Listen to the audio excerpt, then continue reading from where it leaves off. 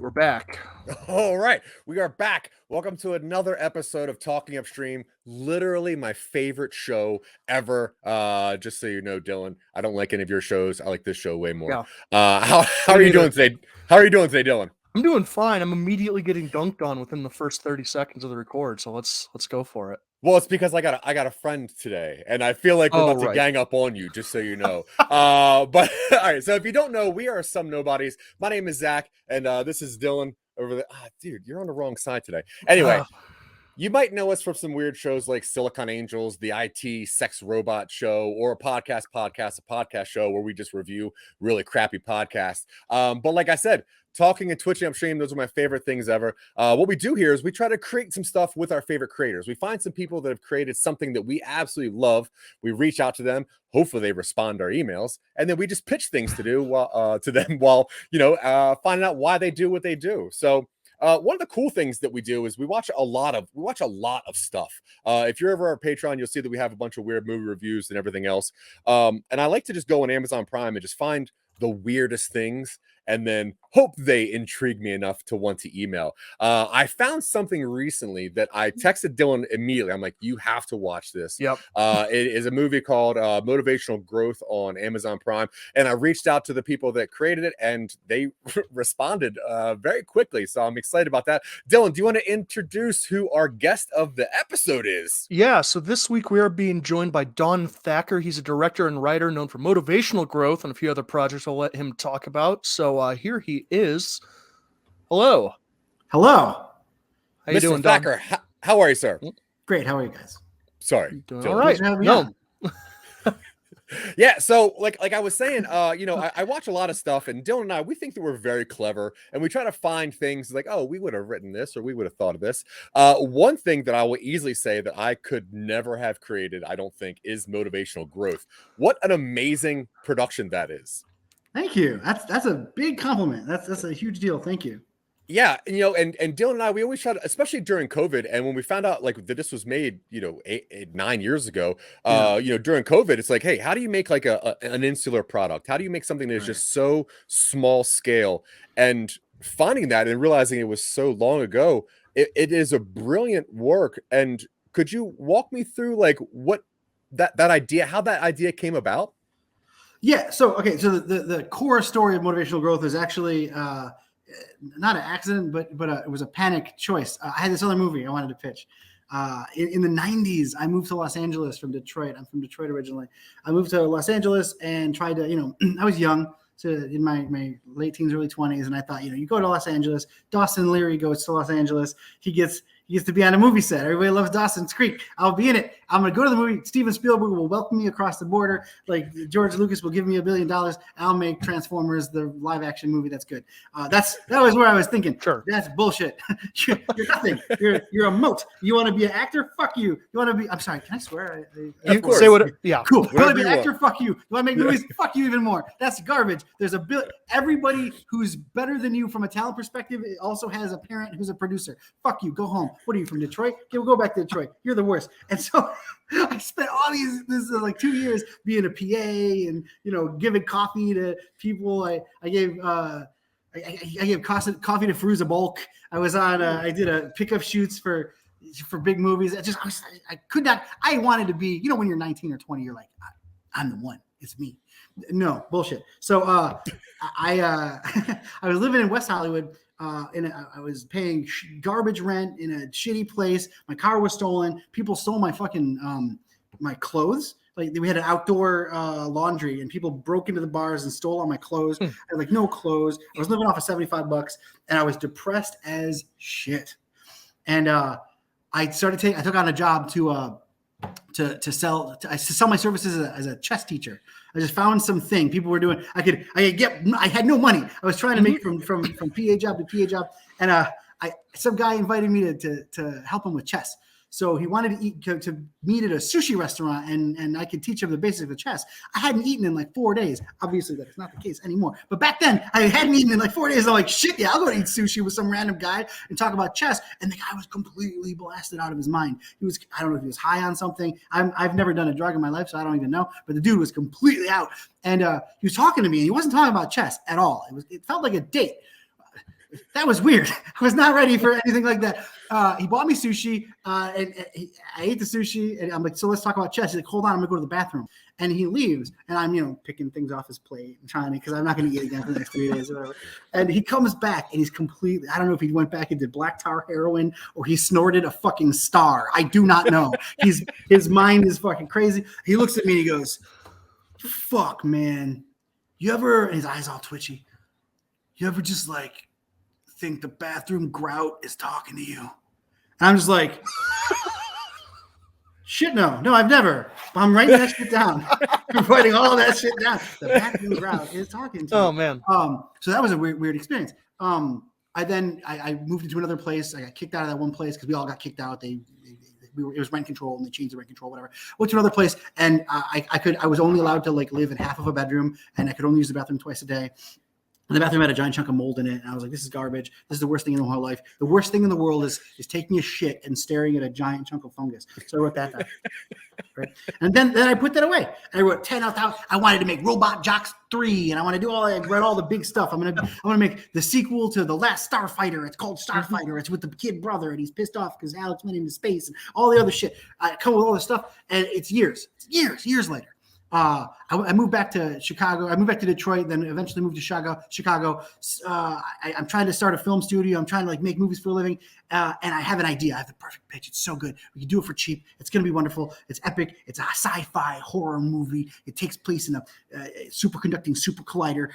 It's going to be incredible. It's so cool. It's called Flexure. It's the best thing ever. I'm pitching it. And people are like, you said a bunch of words in me. I don't know what the fuck a Tevatron is. I don't know what fucking and neutron, anti-neutron fucking collision means. What are you saying to me? What can you do? So I didn't know what to do. I was looking for X amount of money to get this movie done. Nobody wanted to give it to me. And one guy, I remember watching Robert Rodriguez, like you can be a filmmaker thing. Like if you want to be a filmmaker, just say you're a filmmaker. One of the things I remember a quote he said, even though I don't agree with that, if you want to be a filmmaker, you can be a filmmaker. That's definitely a what is that? Survivorship bias. That's an argument from success, right? Like if you want to be a filmmaker, just be a filmmaker and be Robert Rodriguez and be at the exact moment in time that Robert Rodriguez was exactly doing that exact thing. Like, yes, it took blood, sweat, and tears, but having done this for a decade and a half now, I know that everybody's putting blood, sweat, and tears. Not everybody has his quality. Not everybody has his talent, but some people have better quality. Some people have better talent. It has to be this lightning strike. And I think you have to know that, right? So I don't have any of that. But one of the things he said, one of the quotes he said was, if anybody asks you if you have anything else, have something else. Have something else. Mm-hmm. But that's just the desperado guy. I don't fucking care. I'm in a meeting and a producer's like, I don't like it. But what I do like is you. What do you got? What else you got? Nothing. I don't have anything. I got this one thing. I've been focusing heavily on this. This is more than a decade and a half ago. This is like, so I'm talking to these money people, and I'm like, I got plenty. Can I put together a treatment list for you? I think that's better. What I'd rather do is have a real pitch session with you instead of coming in prepared for one thing and not having the other thing. So I go home. I don't know what the fuck I'm supposed to do. I go into my books, and I got that line. You ever think that bathroom girl's talking to you? And I know what the budget is. The budget is far below, eons below what we're looking for. And it's probably going to have to be family funded. It's probably going to have to be, we can get a little bit of money, but the rest of it's going to have to come from family and friends and whatever our own investments are, whatever. But having somebody on the hook is good.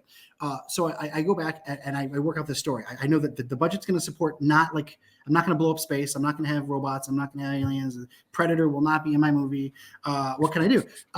So I realized making it like a single lock location is going to be great. What are cool ideas? Well, you can have a melodrama, you can have marriage story, in a single location or a locked series of locations. But you also need fucking Adam Driver, and you also need Scarlett Johansson, and you also need a director who's way beyond my capability, especially at that time. Probably very much, especially now. But you need a bunch of shit I don't have. he needed money for all that. So what can I do? And I came up with, okay, it's one guy. And what are things that I love that I would love to look at for, if I'm stuck looking at these things, what would be cool? Well, weird television shit, some animatronics, some, whatever. And so I spin the story, and it all goes back to that, like laying down, looking at the mold and feeling like I wanted to kill myself. Legitimately, I think that the Motivational Growth is about depression. It's a veiled treatise on depression. Ian suffers through depression, and by the end of the movie, sorry, spoiler alert, don't worry, this won't spoil anything, I promise. By the end of the movie, he realizes that he can get out of it. Mm-hmm. He has to. It's on him. He can't expect outside forces to come in and change his world. He cannot rely on anything but himself going, you know what? I'm going to do it. That's the end of the movie, right? And he's got to get there. He can't get there without going through this big whirling mess. So I figure, how do I take that feeling, put it in a movie, and then give me stuff that I want to see? I spec'd it out. This wasn't perfectly successful, by the way. We can talk about that in just 1 second. But I spec'd out 10-minute blocks of the movie. Every 10 minutes, there has to be a deep conflict. There has to be some kind of visual action. This is not Save the Cat shit. Save the Cat is its own bigger. This is my own like motivational growth. How do I get through 90 to 100 minutes of a guy in his underwear in his bedroom or in his living room? And I figured out I've got to sell you something every 4 minutes. I got to hit this, and it's not exactly right, but I just know that in that 10 minutes there's going to be some kind of action, some kind of weird shit. So, and it's not just random weird shit. It all has to work. But the base feel was, here's an architecture for something that I think can be.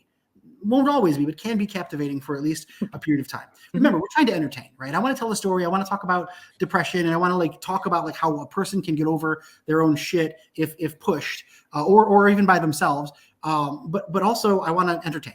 Ultimately, I want to entertain first, and then I can tell stories, make statements behind that. So I blocked it out with the idea that it would hopefully be able to carry you. And reviews tell me that it carries some people all the way, and they want more. And we literally have people who've got mold tattoos and stuff, and all kinds of cool stuff. A big fan base, beautiful. Yeah. Holy shit, my career exists only because of this. But also I've got what the fuck did I just watch? This is the worst thing I've ever seen. This sounds like some pretentious bullshit. This sounds like a hipster wrote a movie, whatever else. And that's all totally valid. I want you to talk about it. I want you to feel that. But I tried to be more on the positive than negative. But what came out at the end was something that was not weird for the sake of being weird. But if you can't blow up a building, you have to blow up a mind, right? If you can't have RoboCop, you got to have something that makes me think at least as much about what I'm looking at as I would about Rob Botton's beautiful RoboCop costume. You got to have something. Jeffrey Combs was the voice of the mold, the reanimator, Wei Yun. We all know Jeffrey Combs. Oh yeah, Jackson movies. Huge fan. Great. Yeah, and dude. Remember I told you I went to LA when I was late teens, early 20s, and I realized that it's a fucking mist grill of broken dreams and hate and blood and fucking the teeth of the innocent, and it's just all the shit.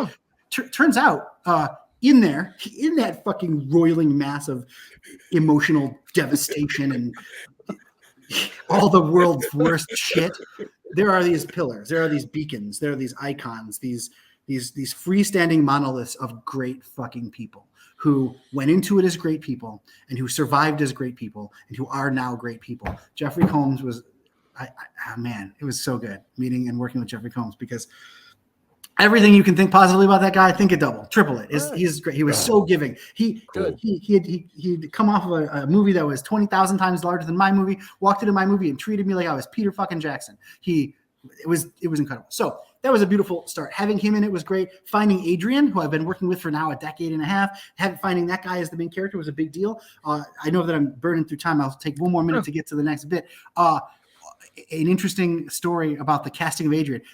Jeffrey Combs is a lock. Dr. Mordred. Dr. Strange can go fuck himself. Dr. Mordred will win.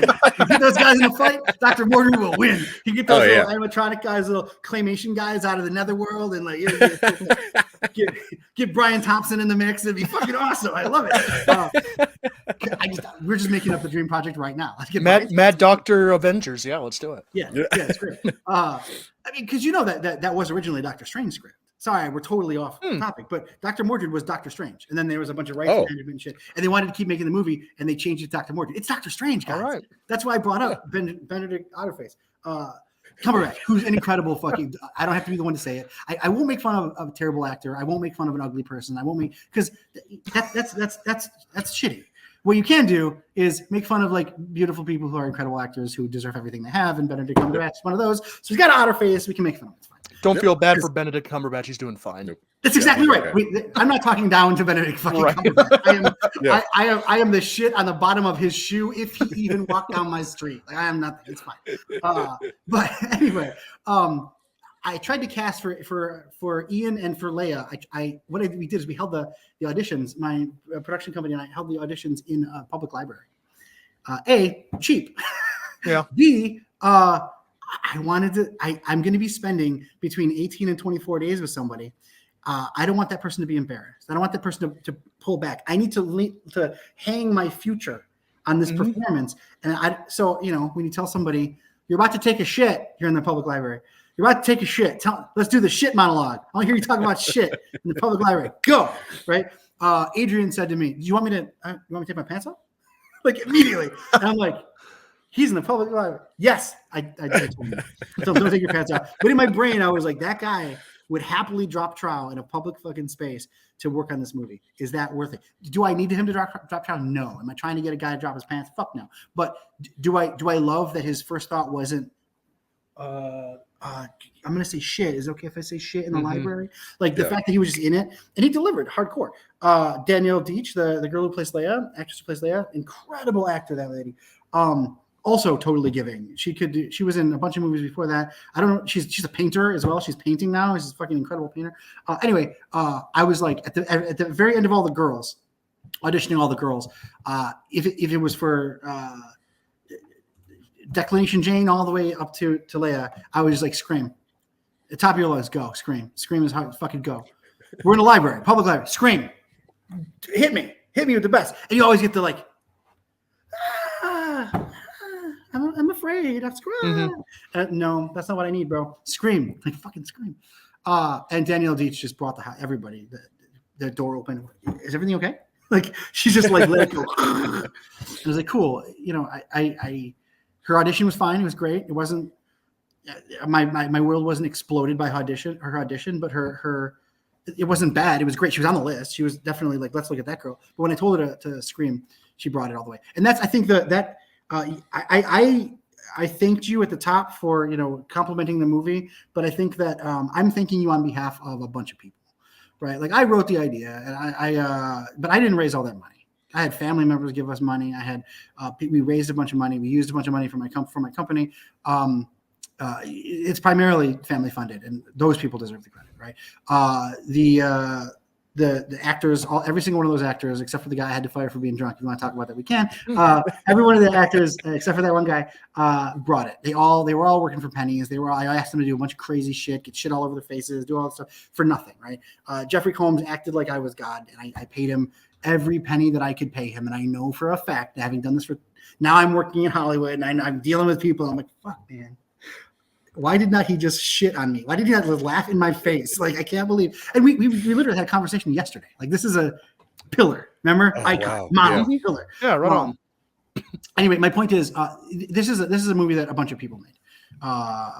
I was there pointing and having an idea, but it was my first feature film. I was handheld through the whole process by these wonderful people. We ended up getting my vision out of it, but it's only because of the effort and incredible work of everybody involved, from the actors to all of the whole set crew, the production crew, everybody above the line. Everybody was in my. This is not nostalgia, rose-colored bullshit glasses, because I've gone on to do much bigger things than that, but I haven't yet had that kind of family before.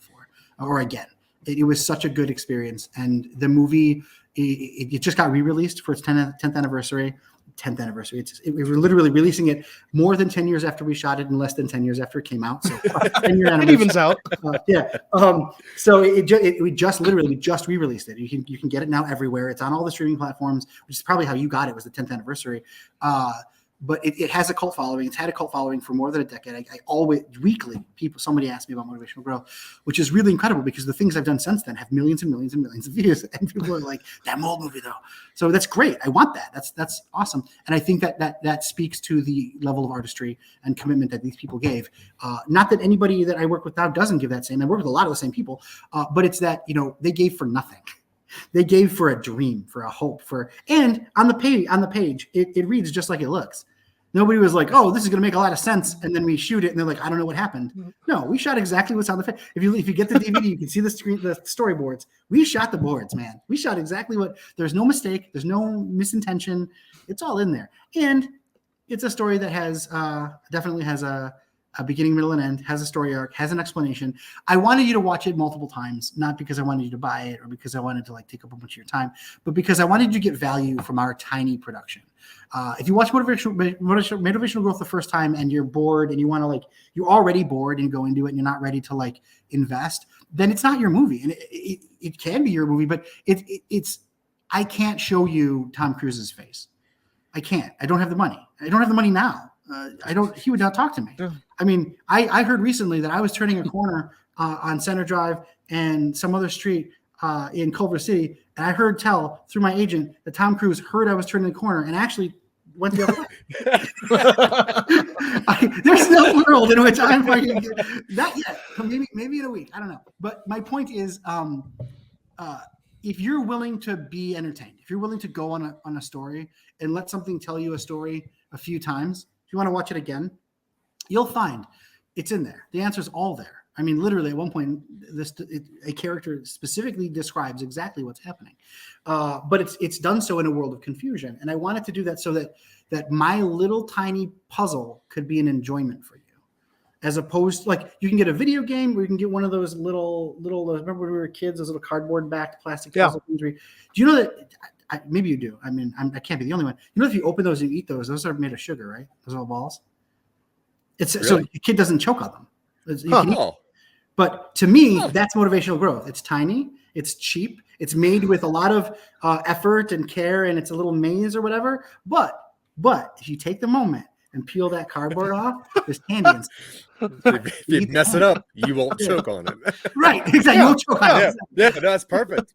Yeah, I mean, that movie, like I said, Dylan and I, we watch a lot of movies. We kind of go through a lot of stuff, and the cover box caught me. I'm like, oh, that's cool. And then the description was like, oh, that's very interesting.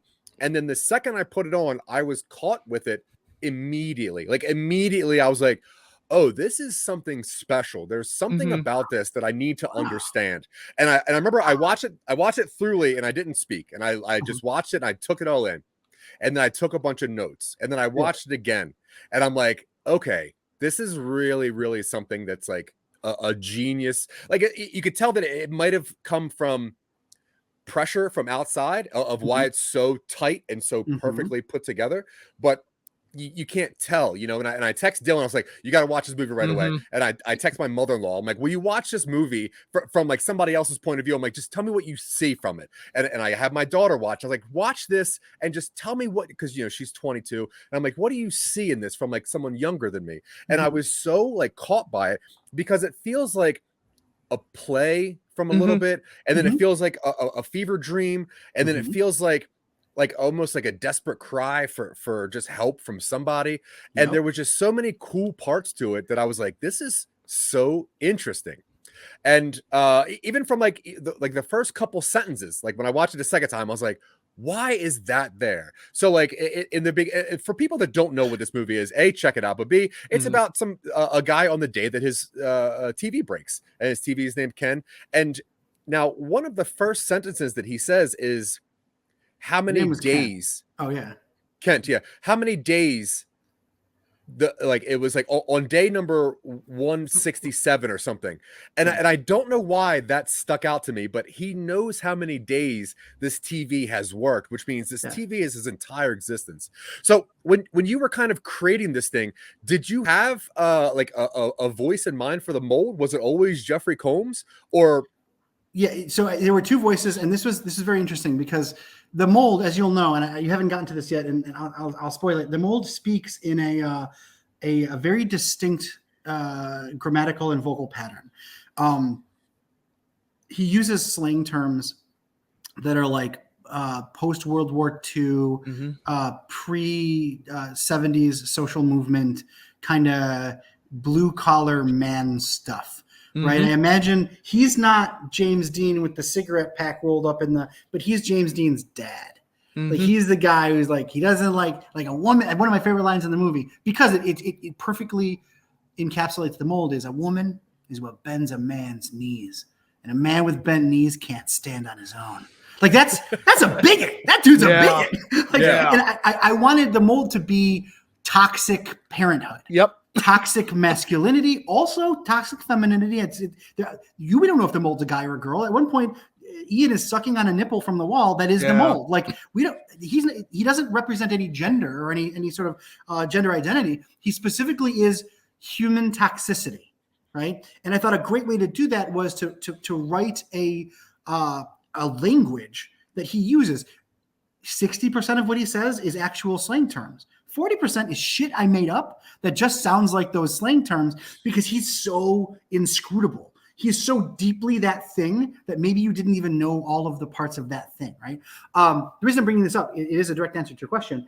I had two potential voices in mind, both of whom are icons who I want to work with. I mean, Jeff, I want to work with again. I've already talked to him about a potential thing in the future, which is, he's just waiting for me to give him something real to even like look at. And another actor that I wanted to work with forever is Brad Dourif, right? One of my all-time favorite dudes. And, I got a lot of pushback from, you can't have the voice of Chucky as a bad guy in your movie. But I'm like, have you seen Brad Dourif? He can do any voice. It's not going to sound like fucking Chucky. It's going to sound like this incredible actor can make a performance. Brad Dourif does not sound like Chucky. Hashtag Chucky does not sound like Brad Dourif. Like this is an actor. It's acting. So I had these two guys in mind, Brad Dourif and Jeff Combs. Jeff Combs, I'm a big Star Trek nerd. I've seen every episode of Star Trek, all 566 hours of it, or whatever, multiple times. I can tell. I did a thing at Gen Con one year where I was the Ask Me Anything Star Trek guy. Oh, cool. And I defended Into Darkness, not being a good movie, but definitely being a Star Trek movie. Like that was like, people are like, that's not Star Trek. Here's how it is, and it's also shit. But here's how it's Star Trek. Don't worry, I've seen all of it. It's Star Trek. But so I'm a Jeff Combs. Jeff Combs is the painted face of Star Trek. Like he's outside of the original series. That guy's in everything. Like put that guy in everything. He's in Babylon 5 for God's sakes, which is like Star Trek light. But by the way, I love Babylon 5. Do not get and the name of Bruce Boxleitner and the name of the place is Babylon 5.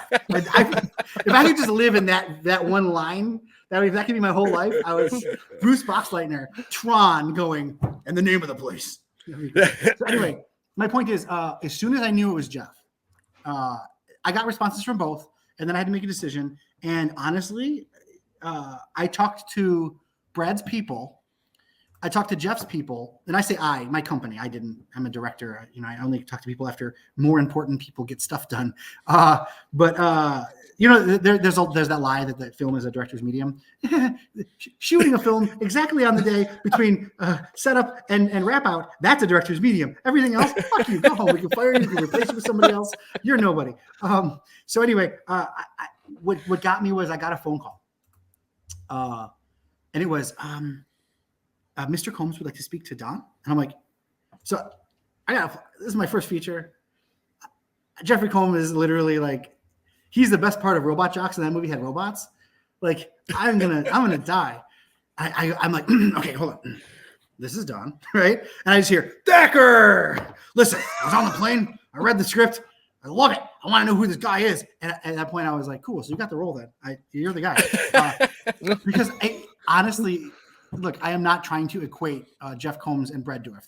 They're highly specialized weapons that are both incredibly brilliant. And you're an idiot if you try to compare them. There's no comparison. They're both pantheonic legends, right? Jeff Combs called me and told me that he loved my script.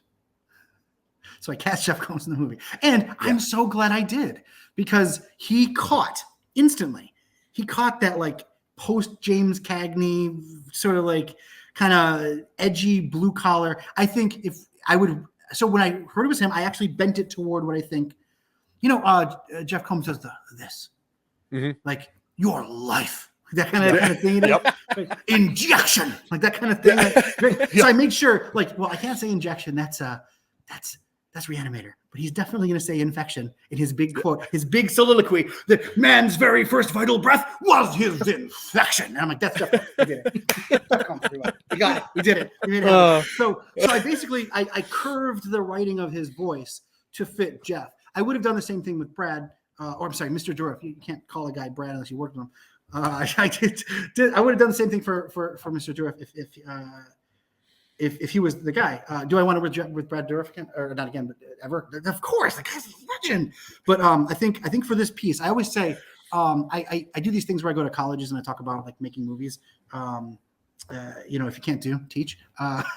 That's a joke. But I go in front of people and I tell them all these tenets, right? And one of the big tenets I always talk about is how your job as a filmmaker, not as an actor or a producer or a PA or a gaffer, but your job is a filmmaker, the vision holder, the guy your job is, and if you think of it anything like this, or if you think about it anything any way but like this, you're probably right. And who the fuck am I to talk? But you're wrong.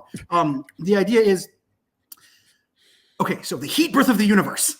Right? It came out of nowhere. It didn't come out of nowhere. It probably came out of, there's a bunch of theory, but heat birth of the universe. Everything is going. All of the primordial pre-matter energies are colluding to become matter, to become photons. Photons are important. Cut to now. I've got a device, a magical, super technological device that has taken us 130 years to get to where it is. And if I point this device, it can take the resolved photonic position of the heat birth of the universe. Right there. That's what we're doing that right now. It's happening. Do you see this? Look, it just happened. Oh my God. We have to respect that. So I say that, we're all laughing because it's ridiculous. It's a ridiculous thing. How do you make a movie? You start with the heat birth of the universe, right? Didn't Carl Sagan how do you make an apple pie? Well, first you have to invent the apple. Like that's I totally misquoted that, but you know what I'm saying. Yeah, it's okay. I'll misquote everybody, including myself, most of the time. Don't worry, it's fine. So the idea is, you are subject to circumstance, right? And I believe that if, and I'm not trying to compare Jeff Combs and Brad Dourif again. I'm using that as a fulcrum on which to tilt my statement about movie making. If you go in, let's skip the Brad Dourif, Jeff Combs cluster fight right now, because people in the comments are already arguing with each other and there's a big fight and hashtag Jeff versus Brad. Anyway, let's talk about something else. We had a guy we thought was perfect for the TV repair guy, not the first one, not Plasma Day, but the angelic TV repair guy. We had a guy who was perfect. He was dead on. He came in, the audition was chef's kiss, perfect. He's going to be the best one. Everybody's going to be acted down by this guy. He showed up and I think he was drunk. It was a bad scenario. It did not work. It was all very bad. His auditions, we have it on tape. He's fucking stellar, man. He had he had credits. He was signed up to do movies after our movie. I've seen him in movies that are made by my at the same level in their career contemporaries. He's been in movies and he's been fucking phenomenal for whatever happened. Real life happened or whatever. He showed up on my set, didn't know his fucking lines, didn't know where he was going. He might have been having a stroke, or maybe he was drunk. I don't know. If he's innocent, he was having a stroke. If he wasn't, he was having a drink. It doesn't matter. It didn't work. We had to shut down production for the day. We lost a day. We had to reconfigure our shooting schedule. We're already shooting tight. We had to shoot a couple other scenes that we weren't prepared for and lose the guy and find another guy. Well, I believe that if you like the movie at all, you will agree potentially that the guy who plays the angelic TV repair guy is fucking perfect. Oh, he's great. He is the shining beacon in the movie. He's the one moment of calm and goodness and whatever. That motherfucker, that dude, Bob Kramer is his name. That guy, Robert Kramer. He's a crooner. He does like lounge singing and stuff. He's also a good actor. That guy came in and blew everybody's mind. We didn't have a costume. He's a different body shape and height and size than the guy we cast. We didn't have a costume for him. He and his wife made the costume. Like he literally he showed up and he owned the room. He owned everything. Adrian talks about working with them and it's just like, I just didn't have to do anything. I just had to sit there and listen to this guy. All my reactions were just like live. It was incredible. Adrian being the main character, the guy who plays Ian. I've talked about the heat birth of the universe. I've talked about Brad Dourif. I've talked about Jeff Combs. I've talked about Robert Kramer. What the fuck am I saying? what I'm saying is, let's take all those things. Let's congeal them into one vicious artistic scab. The idea is the universe. That's what happened. I didn't control that. If I had my way, it would have been this guy, the original guy, and he probably would have done a great performance. It would have been fine. It would have been perfect. But this other guy came in, and the universe handed me something. He handed me this guy, and this guy did something fucking. And I'm not talking about fate. I'm literally talking about physics. I'm not actually talking about physics. Just circumstance. Things happen. The guy showed up, and he delivered it. And the movie is what it is today. The way that it is. You watched it. We're having this conversation right now because of Robert Kramer, and because of Daniel Deitch, and because of Ken Brown, and because everybody's in the movie. But if it weren't those perfect little moments, it wouldn't have been what it is. It could have been something different. It could have been something way better. I could be like, oh, who's this Zach Wiseman guy? Fuck that. I'm not going to be on a podcast. Like what? Like we could, Tom Cruise would be turning his car toward us. Like, I don't know, or it could be that it didn't hit, right? Nobody saw it. Nobody liked it. Nobody has tattoos of my movie. What happened because of some sort of, aggregation of the fates, quote unquote, the circumstances. And I think that you just have to roll with that. And I think that there's that idea in film that there's a happy accident. Fuck that. Every accident's a happy accident. There's no designation between a happy accident and a bad accident, barring people getting hurt and death on a film set or whatever. We're not touching that. That's not what I'm talking about. I'm just saying, losing a day to a guy who came in unprepared and having it replaced with a better guy who is the shining beacon in your movie and my mom's favorite part. Like, great, cool. That wins. I win. I like that. That was a good accident. It sucked while doing it, but you can always, luckily I've got a pocket full of rose-colored glasses, and you can always look back and see how you got to where you got via those moments. And the reason I'm bringing it up is Jeff called me on the phone. I put Jeff in the movie. If the movie wasn't with Jeff, it might have been a great movie. If Brad didn't call me and I got some other great guy, I got an indie guy, or got a famous guy, or Tom Cruise returned my call, then it might have been Tom Cruise as the mole. And that would have been a different movie, right? But would we be having this conversation? This is an interesting note. I'm not trying to get into some ontological discussion about life, the universe, and everything, but really that's what the movie is, right? It's kind of a discussion of fate and what you're doing and where you're going. I'm married right now. This is my wedding band tattoo thing. I would not have married that girl if it weren't for Motivational Growth, which is really weird because you can look at the steps it took to get me to where I was when I met the girl, and it's all because of the publisher was a game publisher also, and they started publishing movies. Motivational Growth was the first narrative feature film on the Steam distribution platform. So Steam, we all know Steam. They stopped releasing movies, but you can get it. You could have gotten it for 8 years on Steam. And it was the first narrative feature film on Steam. It got me in bed with some video game people. For the past 8 years, when I'm not doing features, I'm doing live action in-game promo material and otherwise promotional material, live action stuff for games. We did the Soma movie, the Soma 8-piece promotional things. We do the Devolver Digital yearly crazy press conference thing. That's all. You see me in it, you know that I do it. But all that is because Jeff Combs called me on the phone and said, "Thacker, I read the script." My wife she works in the games industry, and we met during a games thing I was there because of Motivational Growth. So I'm just saying, the quality of the film and the I said early on, it's because of all the people who worked on it. It is where it is, and it's doing what it's doing. Don't get me wrong. I'm not saying guys, let's take a spiritual look at everything. I don't give a shit about that. I'm just saying, the attributes that go into making something stick like it did. It's 20% planning, right? 80% the universe doing whatever it's doing.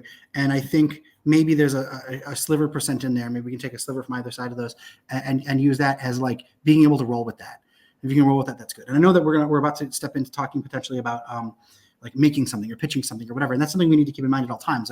I used to talk to people about pitching, and I had some kid come to me and he's like, "I've got this pitch. Let me tell you this pitch. You got a box, and you open the box, and in the box are all the pitch materials and it was brilliant. He spent weeks and months rendering all this stuff. And it is about this Edo era Japanese thing. And it's really cool, really neat. And I was like, dude, this guy, I'm glad that he's young and not pitching the shit next to me, because you would win. This pitch is way better than anything I come up with. Holy shit, it's brilliant. But I had to shut him down. I had to be like, dude, here's the problem. There's one problem.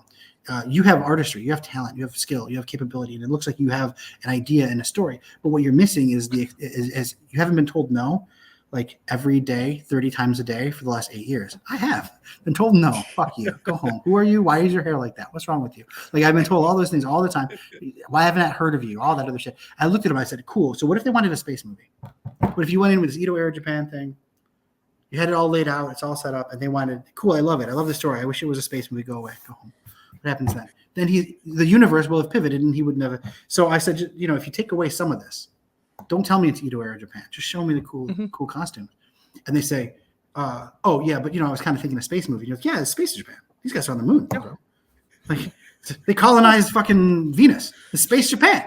Like, they took over Mars. It's the red dot on the fucking flag. That's them. Like, you know what I mean? Just be ready. Like, pop. The universe is going to throw this stuff at you. So, in summation, the end of my TED Talk is motivational growth exists in the way that it exists because of the collusion of a whole bunch of people and fates and circumstance. And so does the next Mission Impossible movie, right? They're all kind of living on that same thing.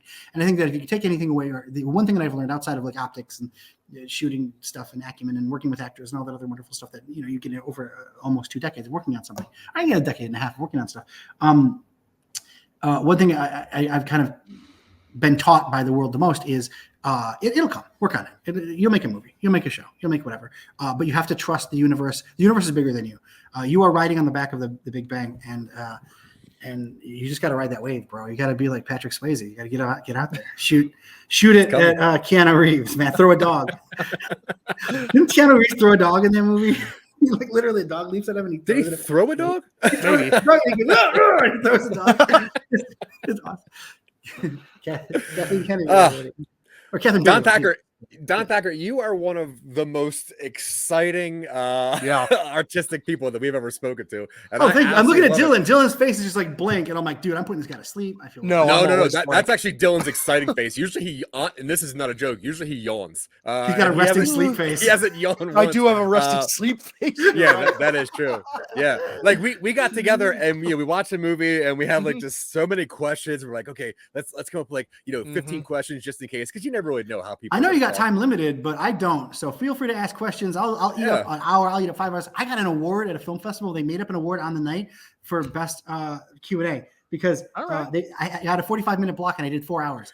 Don't. Oh my God. I'm not saying we need to do 4 hours, but that's us. Yeah. No, our show used to be an hour and a half long. And everybody kept saying like that's just a little bit too long. So we cut it down to an hour. But yeah, I mean it's cool. Like when I told Dylan that you finally said yes, he looked over your thing and he's like, oh, he did Soma. I'm like, oh wow. And then it's like, oh yeah, he does a Devolver stuff. And I love Devolver Digital, so I was like, what, me too, man?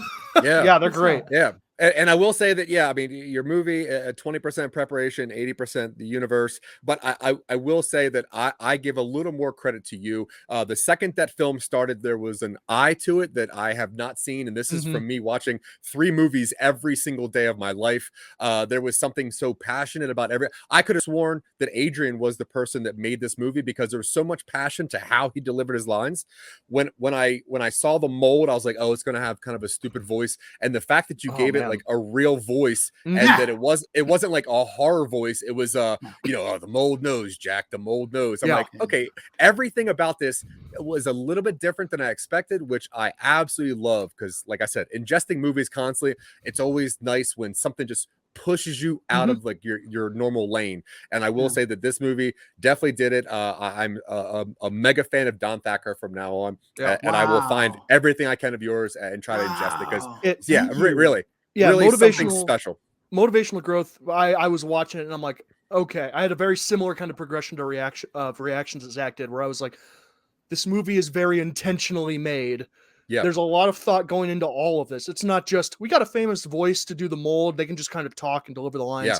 There is a dialect to it. Yeah, there is an appearance to everybody who comes through and a tone to every character who comes through that door.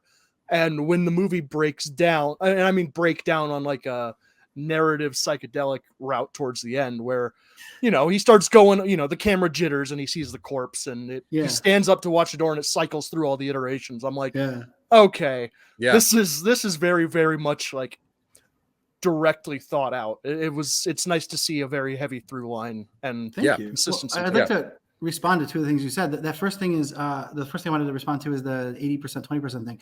Don't get me wrong. I'm not saying you go in with 20%. I put 9 billion% of me in there, but am I effective against the universe? Fuck no. I got 20% control, but I'm pushing everything. I put everything I had at the time in there, and I do that with every project, even if it's a 2-minute game promo, or live action game promo, or a feature film, or whatever pitches that we're doing. I put everything in every time, to the degree that my wife is like, dude, you're gonna die. You gotta stop. You gotta sleep. You gotta like eat food that isn't trash. You gotta like not die. So just to be clear, I'm not saying I put in 20%. I put in everything. No, I meant 20% right? Preparation. Yeah, exactly. Yeah. And then I want to tell a quick story on the side about the Jeffrey Combs, the voice thing. When you deal with somebody, I told you Jeffrey Combs is like this iconic monolithic beacon of goodness. He's also a guy who works for a living. He's also an incredibly well-known actor who has a following, who every job he does, he puts himself on the line a little bit, right?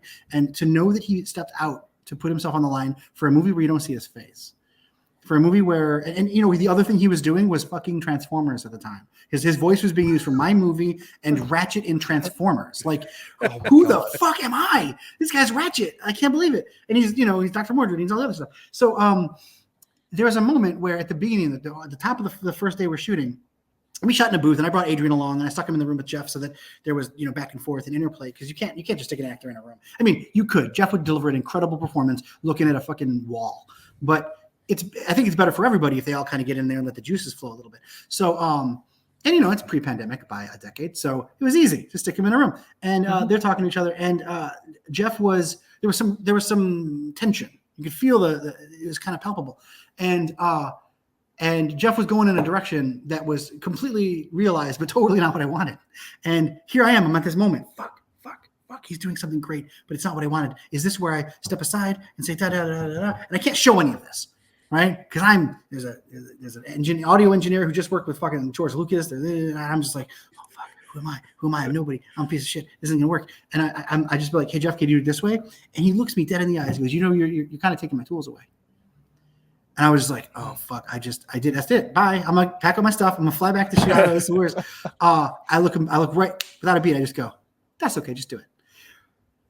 I took the shot. Is this going to work? Yeah. And he did it.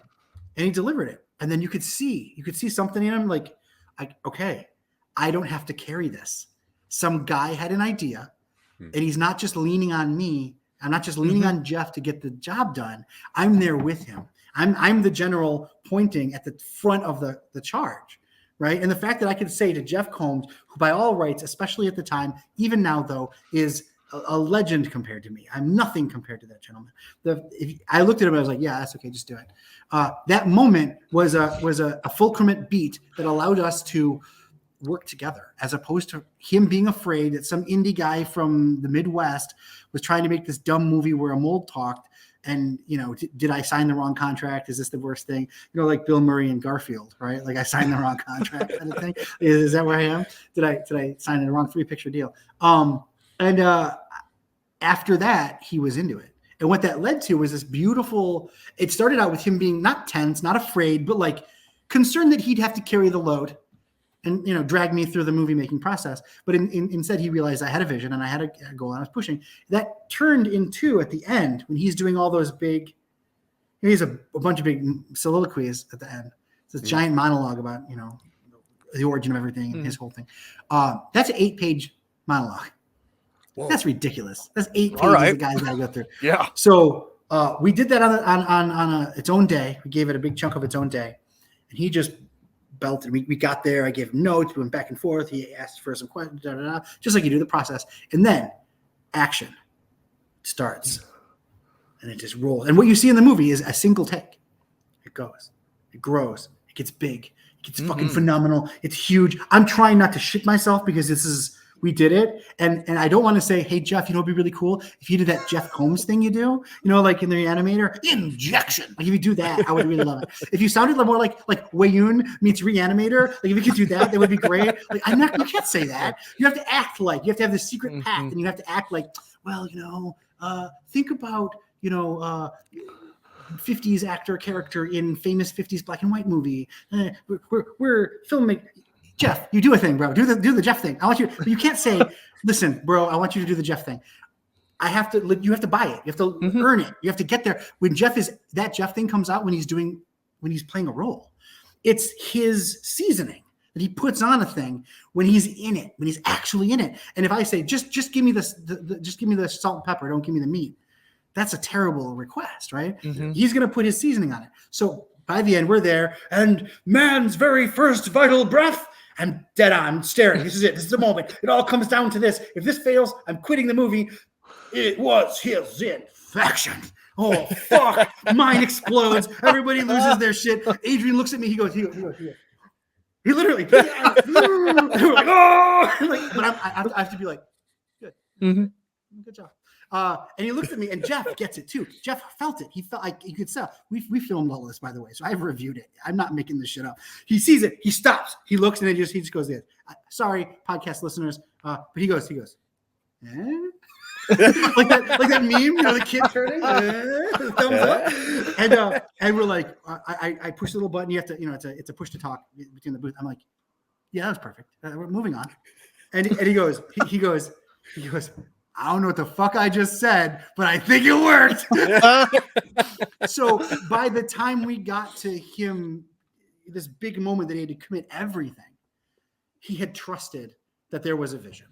He had gone from, do I have to carry this kid, to I can do 8 pages and not really understand exactly what all that shit is, but make it feel intentional and good and sound right and deliver. And that's a testament to him. That's a testament to the production. And that's a testament to, like I said, this sort of universal moment where we all kind of came together. So it's good stuff. I feel really bad because I know I'm chewing through time, and we haven't talked about Adrian. And poor Adrian, he works with me. He's the Immigrants Films associate producer. Like, you've seen him in the Devolver Digital stuff. Like, he's in all those things. And he's literally coming over after this meeting to work on the next Devolver Digital thing. We're like typing and talking and magic happens. But I feel sad because that's Jeff Combs is a puppet in that movie.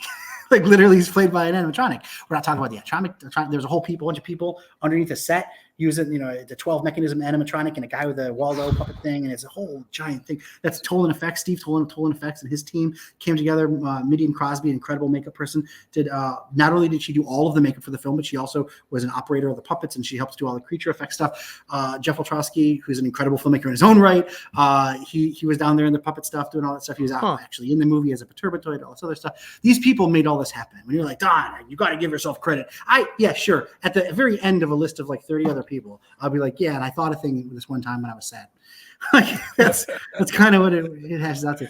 But it's all good stuff. Sorry, again, I'm very time-minded, even though I know that right now your show should be over. Let's keep going. Let's go. We aim. We're aiming YouTube for an hour. Channel. Let's fucking do it. Let's go on. Let's do it. Let's do it. Let's push. Yeah. So the show used to be an hour and a half. I want it. Yeah, sure. I want 2 hours. I want Trust 4 me, hours. the creation process takes a while as well. So good. Let's do it. We're here for a couple of days. Don't worry about that. But yeah, honestly, I will say that it's your artistry and excitement that really motivates us to keep doing this. Like, I think this is our 45th episode of our show, and we are still just like profoundly pushed over by some people's like excitement in the process, especially when they've been doing it for a while. They're still into it. It's so cool because we're trying hard to make something. We've made one movie so far. We're still in post-production of it. Nice. So we're learning. I want a signed copy. I need a release. Oh, don't worry, you'll get it. We're probably just going to send you the script in a little bit and say, hey, help us out.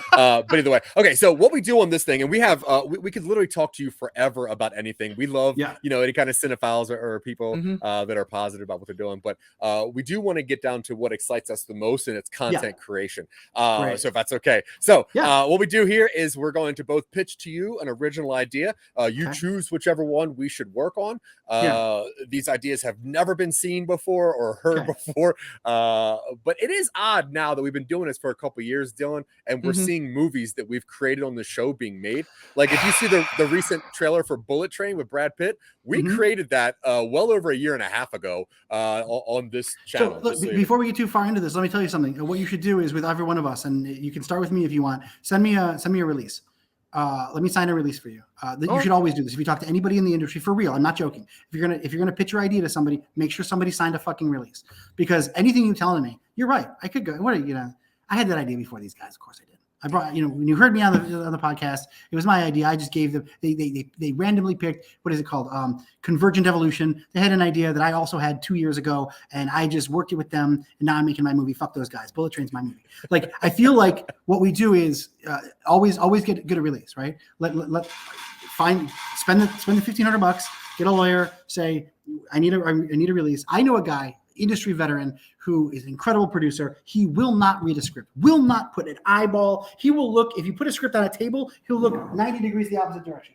If you don't fucking sign something, if you don't have a release, because the second his eyes pass that and somebody makes something, he makes something, somebody, whatever. Let's say he makes a movie and it's got one line that sounds kind of like a line that he didn't even see because he only saw the title page. Who gives a shit? He's gonna get sued. James Cameron got sued for Terminator. The Matrix people got sued. Everybody got sued. Like, do me the favor for your own professional thing. Do not pitch me an idea without signing it. I'll sign anything right now. Here you have me on recording. Everything you say is your idea. If I have a similar idea, I'll be very clear about it during the conversation. And at the end, I'm going to sign a thing for you guys to release those potential rights. I think you should do that every time going forward. 46 cool. Do that. That's just a suggestion. Obviously, I'm just some guy that you saw who made a movie this one time. But honestly, though, protect yourself, because that Bullet Train idea looks great. It's going to make a lot of money. Wouldn't it have been cool if you did that? Our idea is better than Bullet Train, but it's very similar. That's true. Well, there you go. It would have been cool if you talked to the Bullet Train guy and you signed a thing, and then he does Bullet Train, and you come back and say, "Cool, I need some back end though, bro," because obviously you took my idea. Yeah. And I'm not. By the way, I literally I've heard a half a sentence about you guys and the Bullet Train and the whole thing. I am not making any kind of statement. I don't know. No. I'm not trying to be like that guy who made Bullet Train. Fuck him. I'm not saying that at all. No, we saw the trailer. We saw a trailer. We watched Batman. I was like, this thing's been in the works for years, I'm sure. But it's just cool that we're having ideas that are what we think are pretty contemporary, cool. So convergent. Right. Drunk John Wick with a sword. I love that.